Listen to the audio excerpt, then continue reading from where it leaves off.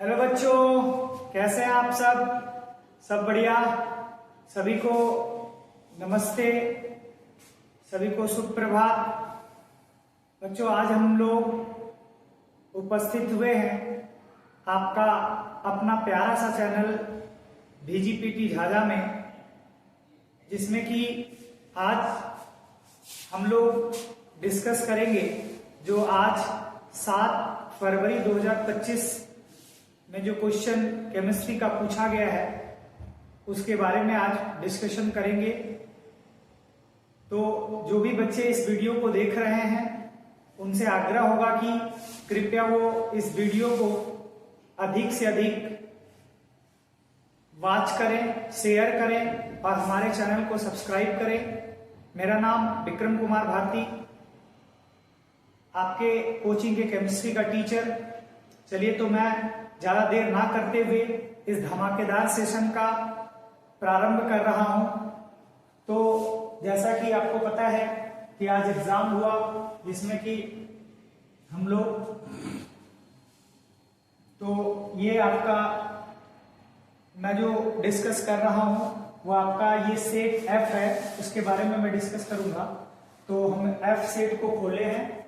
अब अगर आप देखेंगे तो ये आपका आप देख रहा होगा विषय आपका हो गया, ये कोड सब्जेक्ट कोड 118 है, इंटरमीडिएट एग्जाम 2025 है ना, एनुअल है, जिसमें कि आपको पता होगा कि टोटल 70 क्वेश्चन ऑब्जेक्टिव होगा, 20 सब्जेक्टिव 2 नंबर वाला और 6 सब्जेक्टिव 5 नंबर वाला, जिसमें कि आपको 35 बनाना था ऑब्जेक्टिव, 10 2 नंबर वाला सब्जेक्टिव और 5 3 नंबर वाला सब्जेक्टिव बनाना था। तो ये आपका मैं आगे बढ़ रहा हूं। आप देखे होंगे, सबसे पहले ये देखिए सेक्शन ए है, जहां ऑब्जेक्टिव टाइप को बनाना है, 35 ही केवल सॉल्व करना है, जैसा कि हमने बताया आपको। तो ये रहा पहला प्रश्न, निम्न में से निम्न सेल का विद्युत वाहक बल का मान क्या होना चाहिए। तो आपको 2 सेल दिया हुआ है, इसका आंसर आपका बी हो जाएगा। आगे मैं अगर क्वेश्चन नंबर अगला की ओर बढ़ूं तो आप देखेंगे क्वेश्चन नंबर अगर 2 की मैं बात करूं तो क्वेश्चन नंबर 2 में आपके पास विशिष्ट चालकत्व की इकाई होती है, यूनिट ऑफ स्पेसिफिक कंडक्टेंस इसका इकाई होता है, इसका आंसर होगा सी, पर ओम पर सेंटीमीटर।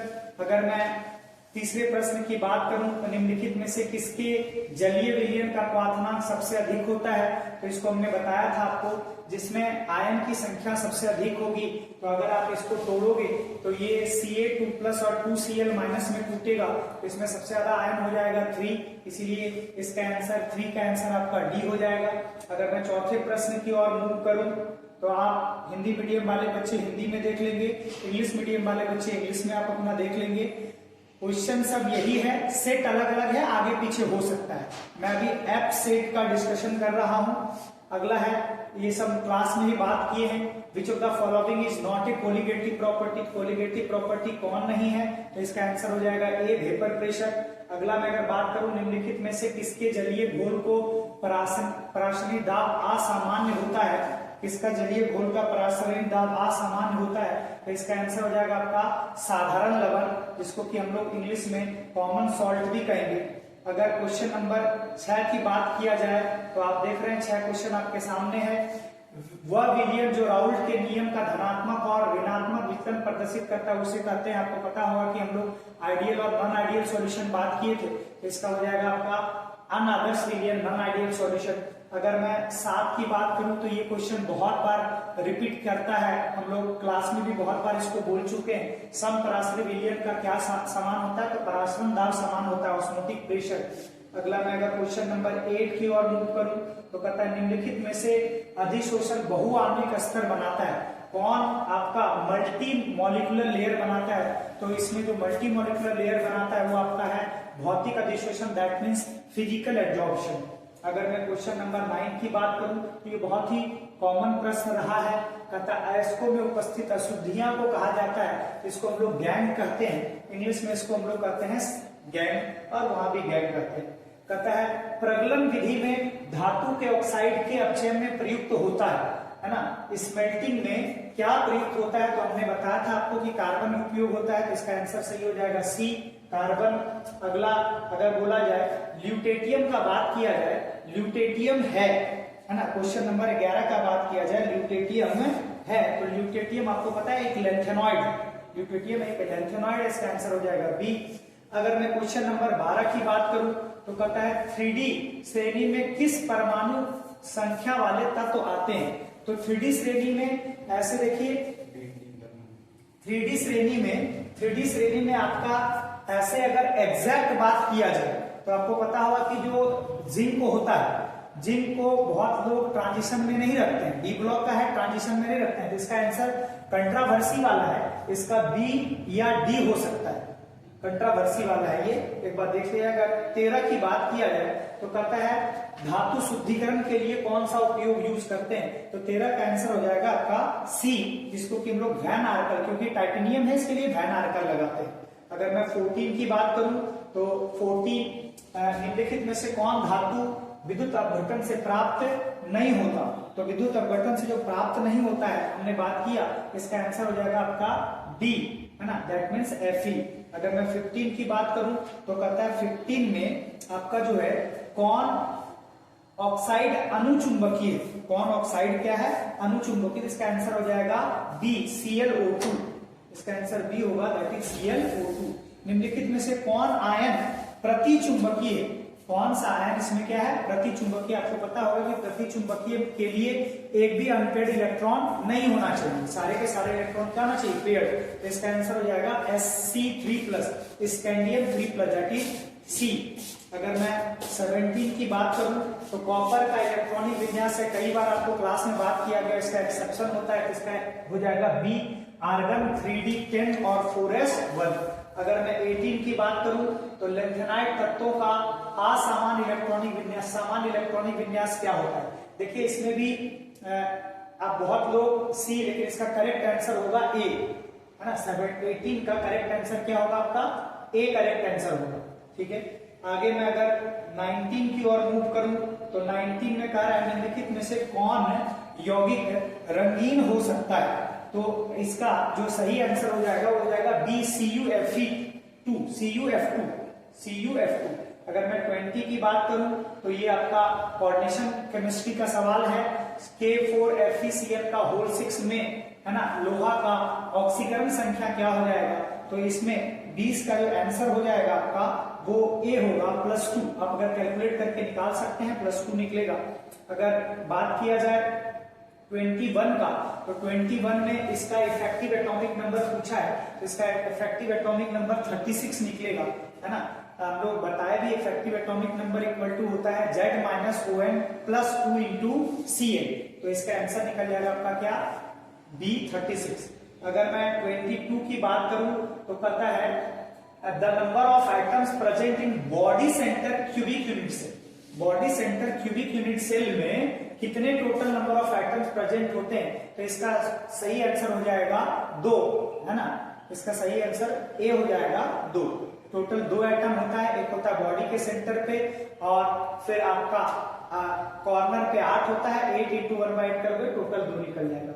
22 का अगर 23 का अगर बात किया जाए, which of the following is not a crystalline solid, आपको पता है कि क्रिस्टलाइन सॉलिड और नॉन क्रिस्टलाइन से हर बार सवाल पूछता है, तो इसमें इसका आंसर हो जाएगा कौन क्रिस्टलाइन सॉलिड नहीं है, इसका आंसर हो जाएगा ग्लास।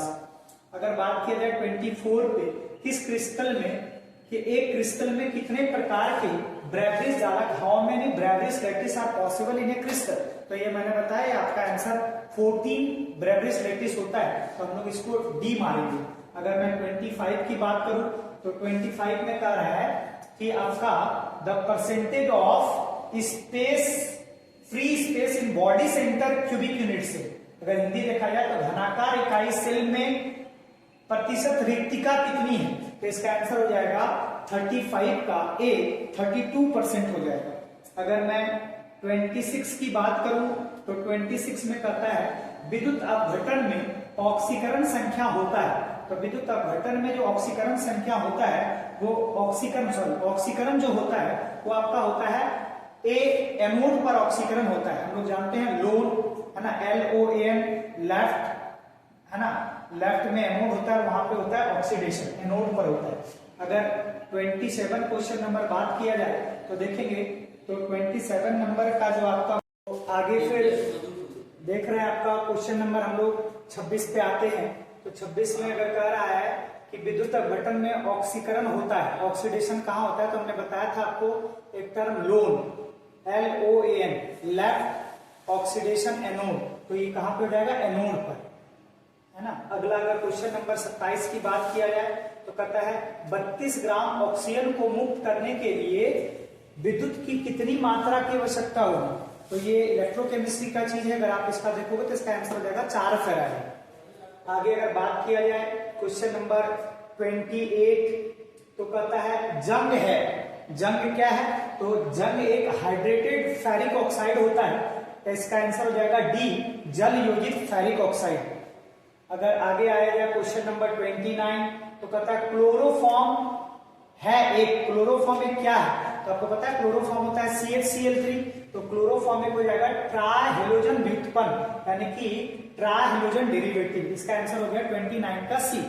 अगर आगे बढ़ा जाए क्वेश्चन नंबर 30 पे तो 30 पे कहता है अल्कोहल का सामान्य समूह है ना, general group for alcohol is और आर, तो अल्कोहल मतलब आप जानते हैं कि OH होता है, तो देखिए किसमें किसमें OH है, तो A में भी है, B में भी है, C में भी है, D में भी है, इसका आंसर हो जाएगा डी, इनमें से सभी। आगे अगर बढ़ा जाए क्वेश्चन नंबर 31 पे तो 31 पे एक आपको मॉलिक्यूलर फॉर्मूला दे दिया C4H10O, है ना, और पूछ रहा है आपसे कितने इसके अल्कोहल के आइसोमर्स होंगे, इसका अल्कोहल का आइसोमर्स हो जाएगा 4, यानी कि ऑप्शन नंबर बी। अगर क्वेश्चन नंबर 32 पे आया जाए तो कहता है कि अम्लीय K2Cr2O7 के द्वारा ऑक्सीकरण में मिथाइल अल्कोहल देता है, यानी कि मिथाइल अल्कोहल का हम लोग ऑक्सीकरण कर रहे हैं किससे, K2Cr2O7 से, तो ये आपको देगा फॉर्मिक एसिड, यानी कि इसका आंसर हो जाएगा सी। अगर 35 आया जाए तो 35 में कहता है कि dimethyl ether finds in use in the medicine, इसको हम लोग डाइमिथाइल ईथर को किस मेडिसिन के किस रूप में उपयोग करते हैं, तो निश्चेतक के रूप में, यानी कि इसका आंसर हो जाएगा आपका डी। इंग्लिश बात किया जाए तो एनेस्थेटिक। अगर बात करें क्वेश्चन नंबर 34 कार्बोनाइल यौगिक का सामान्य सूत्र क्या है, कार्बोनाइल यौगिक मतलब एल्डिहाइड कीटोन, तो एल्डिहाइड और कीटोन का जो सामान्य सूत्र होता है बच्चों हम लोग बात कर चुके हैं, ये होता है CnH2nO, तो इसका आंसर हो जाएगा ए। आगे अगर आया जाए क्वेश्चन नंबर 35 पे तो अगर देखें जाए 35 को तो कहता है कमरे के ताप पर फॉर्मल्डिहाइड है किस अवस्था में पाया जाता है, तो कमरे के ताप पर जो फॉर्मल्डिहाइड पाया जाता है वो गैस की अवस्था में, तो करेक्ट आंसर इज ए 35 का। अगर हम 36 पे आते हैं तो 36 में एक कोऑर्डिनेशन कंपाउंड दिया हुआ है आयन, इसका पूछ रहा है कि शेप क्या होगा, आकृति क्या होगा, इसका आकृति होता है वर्ग समतलीय, है ना, यानी कि स्क्वायर प्लेन, यानी कि 36 का आंसर हो गया आपका सी। अगर हम क्वेश्चन नंबर 37 की ओर मूव करें तो एक कोऑर्डिनेशन कंपाउंड दिया है, इसका यूपेक नेम लिखना है, इसका यूपेक नेम हो जाएगा हेक्साएमीन कोबाल्ट, पैरेंथेसिस छोटी ब्रैकेट के अंदर 3 और क्लोराइड, यानी कि 37 का ए।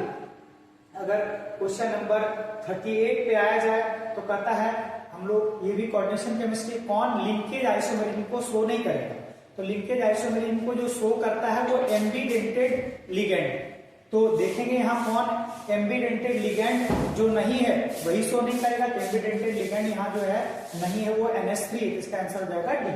अगर ऑप्शन 39 पे आ जाए क्वेश्चन नंबर तो कहता है 39 में प्राइमरी एमीन के साथ अल्कोहलिक QH की उपस्थिति में क्लोरोफॉर्म की अभिक्रिया जो को कहते हैं हम लोग, तो ये एमीन का चीज है, इसको हम लोग कहते हैं कार्बाइल एमीन अभिक्रिया, इसका आंसर हो जाएगा डी।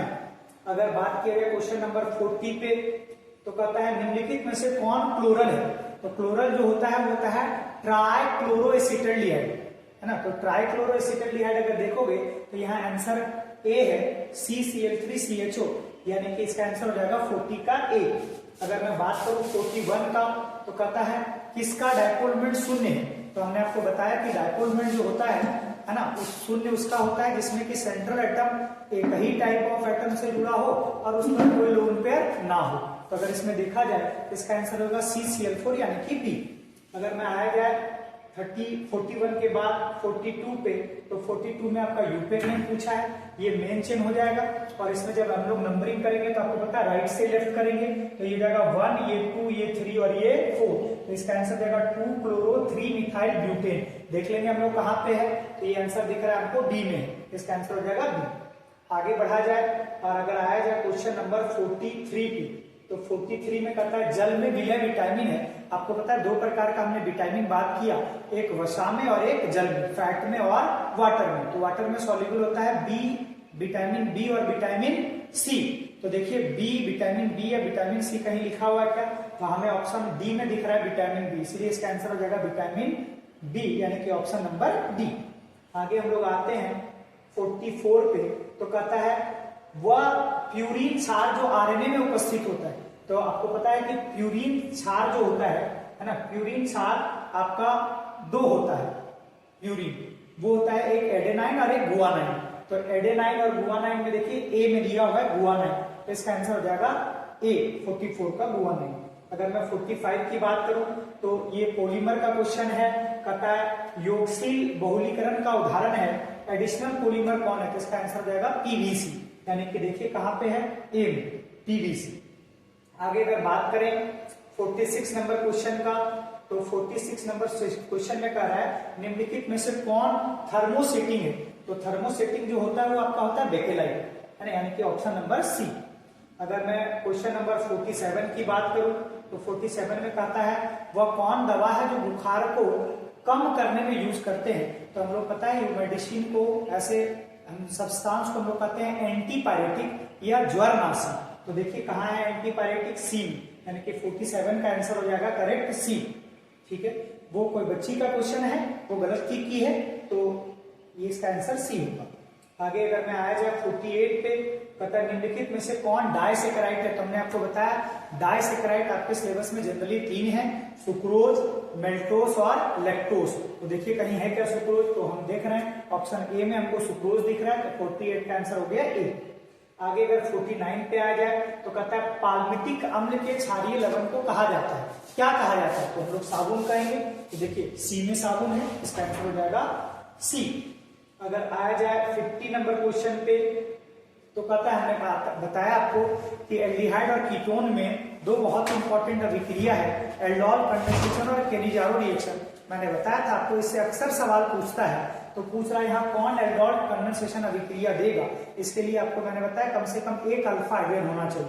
तो कहाँ एक अल्फा हाइड्रोजन है, ऑप्शन सी में, एसिटल्डिहाइड है ना, इसका आंसर सी। आगे अगर क्वेश्चन नंबर 50 पे बात किया जाए तो 50 देखेंगे, कहता है विनीगर कंटेंट, विनीगर में कितना % एसिटिक एसिड होता है, तो 6 to 10% एसिटिक एसिड होता है, यानी कि correct answer C. Question number 52 पे आया जाए तो 52 को आप देख सकते हैं, ये कोई ऑर्गेनिक कंपाउंड दे दिया, इसका बोल रहा है यूपेक्यून। तो अगर आप इसको पहचानेंगे तो ये एक स्तर है, और स्तर का नॉमेनक्लेचर जो हम लोग लिखते हैं वो लिखते हैं अल्काइल अल्केनॉल। अल्काइल के जगह पे यहाँ इथाइल, तो इथाइल हो जाएगा, और इधर भी 2 कार्बन है तो जाएगा इथेनॉल, यानी कि करेक्ट आंसर है बी, इथाइल इथेनॉल। अगर क्वेश्चन नंबर 53 पे आया जाए तो कहता है एमीन का जनरल फॉर्मूला क्या होता है, सामान्य सूत्र क्या होता है, तो हम लिखा चुके थे नोट्स में आपका, इसका हो जाएगा CnH2n+3n। कहाँ है ऑप्शन, तो सी में, करेक्ट आंसर सी। अगर आगे बढ़ा जाए क्वेश्चन नंबर 54 की ओर, तो ये एमीन में हमने पढ़ा है हिंसबर्ग रिएजेंट क्या होता है, बेंजीन सल्फेनाइल क्लोराइड। तो देखिए कहां पे है बेंजीन सल्फेनाइल क्लोराइड, ए में, तो करेक्ट आंसर है 54 का कौन, ए। आगे अगर बढ़े हम 55 नंबर क्वेश्चन की ओर, तो 55 नंबर क्वेश्चन में आपके पास देख रहे हैं आप, ये एमीन है, और एमीन का आपको पता है डिग्री कैसे पता करते हैं हम लोग, कि नाइट्रोजन कितना कार्बन एटम से जुड़ा हुआ है। तो चूंकि यहाँ नाइट्रोजन मात्र एक कार्बन से जुड़ा है, इसीलिए प्राइमरी एमीन, यानी कि प्राइमरी एमीन होगा, आंसर क्या हो जाएगा हमारा ए। क्वेश्चन 56 की ओर अगर मूव किया जाए तो कहता है वसा और तेल का स्रोत क्या है, what is source of fats and क्या, ऑयल। तो इसमें दूध भी है, मक्खन भी है, पनीर भी है, इसलिए हम लोग इसका मारेंगे इनमें से सभी, ठीक है, डी। आगे अगर आया जाए 57 पे, तो कहता है 57 में कि किस प्रथम कोटि की अभिक्रिया का विशिष्ट वेग स्थिरांक निर्भर करता है। तो ये विशिष्ट वेग स्थिरांक जो निर्भर करता है 57 का अगर बात किया जाए तो विशिष्ट वेग स्थिरांक जो निर्भर करता है वो निर्भर करता है तापमान पर, तापक्रम पर, यानी कि हम लोग अगर देखा जाए तो हम लोग टेम्परेचर की बात करेंगे, यानी कि क्वेश्चन नंबर 57 का डी। अगर आगे बढ़ा जाए 58, तो 58 में कहता है कि the hydrolysis of ethyl acetate in presence of dilute NaOH reaction which order, ये तो ये कौन सा ऑर्डर हो गया, ये आपका केमिकल काइनेटिक्स का हो गया, इसका ऑर्डर हो जाएगा 2। ठीक है, अगर मैं 59 की बात करूं तो कहता है the temperature coefficient of most of the reaction lies between, ज्यादातर रिएक्शन का टेम्परेचर कॉफिशिएंट जो ताप गुणांक है वो लाई करता है 2 से 3 के बीच में। तो देखेंगे कहां पे है, तो ये आपका बी में है, तो इसका आंसर हो गया बी। अगर क्वेश्चन नंबर 60 पे आया जाए तो ये आपका देख रहे हैं, आपका रेट लॉ के अनुसार से रेट बराबर दे दिया, तो आपको पता है जो ऑर्डर होता है वो आपका जो दैट मीन्स रिएक्टेंट के कंसंट्रेशन का क्या होता है, सम होता है। तो यहाँ सम, यहाँ n है, यहाँ कुछ नहीं तो क्या है 1 है, तो n+1 या 1+n होगा। तो देखिए कहां पे है, सी में, इसलिए इसका आंसर हो जाएगा सी। आगे अगर बात किया जाए क्वेश्चन नंबर 61, तो 61 की अगर बात किया जाए तो कहता है which of the following electrolyte is least effective in coagulation of colloidal solution ferric, इसका आंसर हो जाएगा ए। जिसमें आयन पे चार्ज कम होगा वही होगा, तो के जो टूटेगा KBr, K+ और Br- में, इसलिए इसका आंसर होगा ए। अगर आगे बढ़ा जाए क्वेश्चन नंबर 62 पे तो कहता है निम्नलिखित में से कौन पॉइसी कारक है, इमल्सीफायर है। तो इमल्सीफायर जो होता है आपका वो साबुन होता है, इसका आंसर हो जाएगा ए, यानी कि साबुन। आगे जब बढ़ा जाए हम लोग देखते हैं क्वेश्चन नंबर 3 बहुत इंपॉर्टेंट है। हम लोग बात किए थे जब हम लोग पी ब्लॉक पढ़ रहे थे, अमोनिया को बनाने के लिए हेबर मेथड में कौन सा कैटलिस्ट यूज करते हैं, तो वहां कैटलिस्ट यूज करते हैं हम लोग Fe के साथ मोलिब्डेनम आयरन के साथ, इसका आंसर हो गया बी। आगे अगर देखा जाए क्वेश्चन नंबर 64, तो 64 में आप अगर देखेंगे तो कहता है हाइपोफॉस्फोरस अम्ल का संरचना निम्नलिखित में से कौन है, तो ये है ए है हाइपोफॉस्फोरस अम्ल का संरचना, तो 64 का करेक्ट आंसर आपका हो गया ए। अगर मैं आगे बढ़ूं 65 नंबर क्वेश्चन की ओर, अमोनिया को सुखाया जाता है, ammonia can be dried by, तो किसके द्वारा सुखाया था, कैल्शियम ऑक्साइड। तो कहां है कैल्शियम ऑक्साइड, ऑप्शन ए में, इसलिए इसका आंसर हो गया ए। आगे अगर बात किया जाए क्वेश्चन नंबर 66, कहता है निम्नलिखित में से सबसे प्रबल क्षार है, सबसे प्रबल क्षार कौन हो गया, पी ब्लॉक का क्वेश्चन हुआ, तो NH3, SbS3, ASS3, PH3 में तो सबसे प्रबल क्षार हो जाएगा आपका NH3, यानी कि ऑप्शन डी।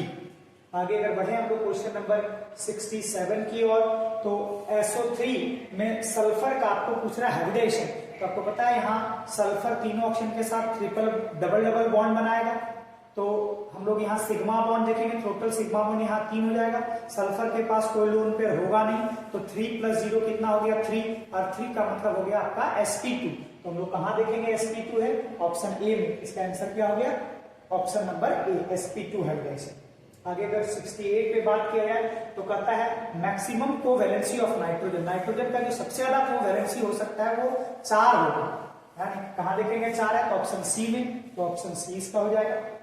आगे अगर हम बढ़े और क्वेश्चन नंबर 69 पे आए तो कहता है द्रव ऑक्सीजन जो लिक्विड ऑक्सीजन है, आपको पता है हम लोग मॉलिक्यूलर ऑर्बिटल थ्योरी पढ़े थे, मॉलिक्यूलर ऑर्बिटल थ्योरी का अगर आप इलेक्ट्रॉनिक विन्यास लिखोगे O2 का, तो इसके एंटी बॉन्डिंग मॉलिक्यूलर ऑर्बिटल में 2 अनपेयर्ड इलेक्ट्रॉन होगा, है ना, इसीलिए इसका आंसर हो जाएगा अनपेयर्ड इलेक्ट्रॉन पूछ रहा है, तो इसका आंसर हो जाएगा 2 अनपेयर्ड इलेक्ट्रॉन, यानी कि option number B.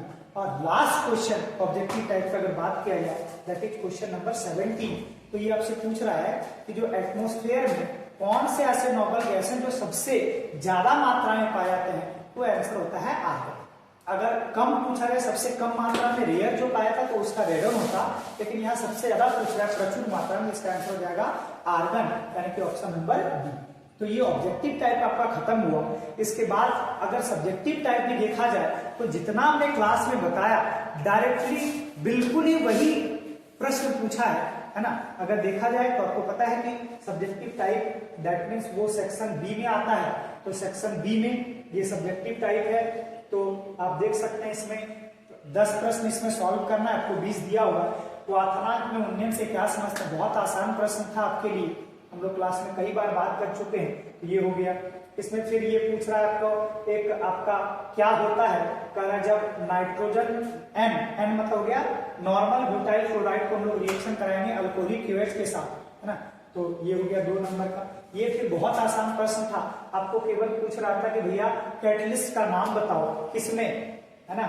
Contact process जिससे कि H2SO4 बनाते हैं, ऑसवाल्ड विधि जिससे कि नाइट्रिक अम्ल बनाते हैं, इसमें उत्प्रेरक के रूप में क्या यूज करते हैं उसके बारे में आपसे पूछ रहा था। तो डायरेक्ट नोट्स में ये सब बात किया हुआ है, आप आराम से बात कर सकते हैं। तो हम लोग नाइट्रिक अम्ल मैंने बताया ऑसवाल्ड प्रोसेस से बनाते हैं, और संपर्क विधि से हम लोग बनाते हैं सल्फ्यूरिक अम्ल।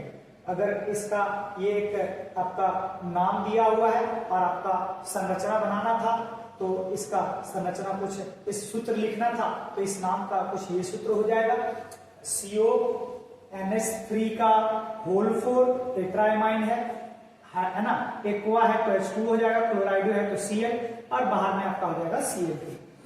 अगर मेटामेरिज्म क्या होता है, तो ये आइसोमेरिज्म में हम बताए वैसे आइसोमर्स जो कि फंक्शन आइसोमर जिसमें डाइवेलेंट फंक्शन ग्रुप हो और उसके अराउंड दोनों तरफ अल्काइल ग्रुप का नेचर क्या हो, अलग हो, इसी को हम लोग मेटामेरिज्म कहते हैं। तो ये भी बहुत आसान प्रश्न था। आगे बढ़ा जाए क्वेश्चन नंबर 6 की ओर, तो कहता है कायरल और ए कायरल कंपाउंड्स क्या है। ये हमने क्लास में डिस्कशन किया था। आपको कायरल मतलब आप जानते होंगे कि वैसे कंपाउंड जिसमें कि कार्बन एटम 4 अलग अलग एटम या ग्रुप से जुड़ा हो उसको कायरल कार्बन एटम कहते हैं हम लोग, वैसे कंपाउंड को कायरल कार्बन कंपाउंड कहेंगे। आगे अगर बात किया जाए क्वेश्चन नंबर 7, तो कहता है कि how would you prepare ethane from methyl iodide. ये मिथाइल आयोडाइड से आपको इथेन को प्रिपेयर करना है, हमने इसको भी क्लास में बहुत बताया आपको, आप आराम से इसको भी कर सकते थे। अगर क्वेश्चन नंबर 7 में आया जाए तो कहता है how would you prepare iodoform from acetylene, है ना। एसिटिलीन से आयोडोफॉर्म को आप कैसे प्रिपेयर करेंगे, है ना। ये भी बहुत आसान प्रश्न था। एमिनो एसिड क्या होता है, तो मैंने बताया था आपको जब हम बायोमॉलिक्यूल पढ़े थे, बताया था बहुत इंपॉर्टेंट प्रश्न है। एमिनो एसिड क्या है ना। कौन एमिनो एसिड, आवश्यक, 2 प्रकार का होता है, आवश्यक और अनावश्यक। तो वो एमिनो एसिड जो हमारे शरीर में बनता नहीं है, लेकिन हम उसे बाहर डाइट के माध्यम से लेते हैं, इसी को कहते हैं हम लोग आवश्यक एमिनो एसिड। आगे अगर क्वेश्चन नंबर 10 पे आया जाए तो कहता है O3 एक स्ट्रॉन्ग ऑक्सीडाइजिंग एजेंट है, इसीलिए क्योंकि ये आसानी से नेसेंट ऑक्सीजन को देता है। अगर क्वेश्चन नंबर 11 का बात किया जाए तो धातुमल क्या, व्हाट इज स्लैग, है ना। आपको मैंने बताया था स्लैग क्या होता है, तो जो गैंग है, गैंग और गालक ये दोनों मिलकर बन जाता है आपका क्या, स्लैग, है ना, धातुमल। व्हाट इज मैक्रोमोलिक्यूल, ये भी हमने बताया था आपको क्लास में, मैक्रोमोलिक्यूल क्या है। कहता है फेराडे का सेकेंड लॉ, इलेक्ट्रोकेमिस्ट्री का चीज है, आपको इलेक्ट्रोकेमिस्ट्री में पढ़ाया गया। 2 लॉ है फेराडे का, फर्स्ट लॉ और सेकेंड लॉ, है ना। तो ये आपको बताएगा जो कि इक्विवेलेंट मास से रिलेटेड है ना, ये आपको पढ़ाया गया होगा। ये इसका फिर ये देखिए बहुत आसान क्वेश्चन है, 2 नंबर का ये सब प्रश्न होना नहीं चाहिए। आपको सूत्र दे दिया और करा इसका यूपेक नेम लिखिए, इसका यूपेक नेम क्या हो जाएगा, तो पहले हम लोग कैटायन का नाम लिखेंगे पोटासियम, फिर लिगेंड का नाम ट्राई ऑक्सलेटो, फिर मेटल का नाम लिखने से पहले पूछेंगे कि हमारा कॉम्प्लेक्स कैसा है, कॉम्प्लेक्स हो जाएगा रिनाइनिक, इसलिए हम लोग लिखेंगे क्रोमेट, और छोटी ब्रैकेट के अंदर इसका ऑक्सीडेशन नंबर निकलेगा 3, हो जाएगा पोटासियम ट्राई ऑक्सीडेटो क्रोमेट 3। आगे अगर बात किया जाए क्वेश्चन नंबर 15, तो कहता है अल्कोहल और फिनॉल में आपको पूछ रहा है डिस्टिंग्विश करने, तो आप कर सकते थे आराम से अल्कोहल फिनॉल में डिस्टिंग्विश। आगे पूछता है नाइट्रोजन बहुत कम रिएक्टिव होता है, आपको पता है नाइट्रोजन नाइट्रोजन के बीच में ट्रिपल बॉन्ड होता है, और ट्रिपल बॉन्ड होने के कारण ये बहुत स्टेबल होता है, और जो जितना ज्यादा स्टेबल होगा उसकी रिएक्टिविटी उतनी कम होगी। बहुत आसान प्रश्न ये भी था। अगर 17 का बात किया जाए तो कहता है why is ethyl alcohol not dried by anhydrous CaCl2, क्यों नहीं इसको इसके द्वारा हम लोग क्या करते हैं, ड्राई करते हैं, ये क्लास में कराया गया होगा। आगे आपका आरणीय समीकरण क्या है, बहुत आसान था ये, जब हम लोग केमिकल काइनेटिक्स पढ़े थे तो वहां बात किया गया आरणीय समीकरण क्या होता है, आराम से आप इसको लिख सकते थे। केवल सोचिए कि आरणीय समीकरण को लिखने से 2 नंबर आपको मिल रहा था, कितना आसान प्रश्न था। उम्मीद है कि हमारे विद्यार्थी बहुत अच्छे से इसको बनाए होंगे। आगे कहता है why is PCl5 known but NCl5 known. अब NCl5 क्यों नहीं नॉन होता है? क्योंकि नाइट्रोजन का साइज छोटा है, तो वो NCl3 तो नाइट्रोजन का साइज छोटा है, वो 5-5 क्लोरीन को होल्ड नहीं कर पाएगा, इसीलिए 3-3 क्लोरीन को होल्ड नहीं कर पाएगा, इसीलिए NCl3 नॉन नहीं होगा, जबकि PCl5 आपका नॉन होगा। ठीक है, आगे लेकिन हमको थोड़ा यहाँ प्रश्न में भी डाउट लगता है, हो सकता है यहाँ NCl5 भी हो सकता हो प्रश्न में थोड़ा हमारा डाउट है। अगर 20 बात किया जाए तो कहता है अल्कोहल वाटर में आराम से सॉल्युबल है। आपको पता है हाइड्रोजन बॉन्डिंग के कारण ये आराम से सॉल्युबल होता है। तो ये सेक्शन बी था, जहाँ की 20 प्रश्न में 10 बनाने थे। मेरे को तो लगता है हमारे विद्यार्थी बहुत आराम से इसको बनाए होंगे, है ना। आगे अगर सेक्शन सी का बात किया जाए, जहाँ की ये भी सब्जेक्टिव टाइप है आपका, जिसमें 6 में आपको 3 बनाना था, है ना। तो 6 में आपको 3 बनाना था। देखिए पहला प्रश्न सॉल्यूशन का बहुत आसान है, राउल का नियम को लिखना था और आइडियल और नॉन आइडियल में डिस्टिंग्विश करना था। नोट्स हम साफ साफ दिए थे, उसमें पूरा अच्छे से बात है। दूसरा आपका कह रहा है अयस्क के सांद्रण से आप क्या समझते हैं? तो आपको पता है जमीन के अंदर से जो कुछ हम निकालते हैं, है ना, उसको हम लोग कहते हैं, जमीन के अंदर से जो निकलता है उसको हम लोग अयस्क नहीं, उसको हम लोग कहते हैं आपका मिनरल्स, है ना, मिनरल्स कहते हैं। और उस जिससे आसानी से धातु को अलग किया है उसको अयस्क कहते हैं। लेकिन उसमें बहुत सारी अशुद्धियां होती है, उस अशुद्धियां को हटाने के लिए जो विधि लगाया जाता है उसी को हम लोग कहते हैं सांद्रण।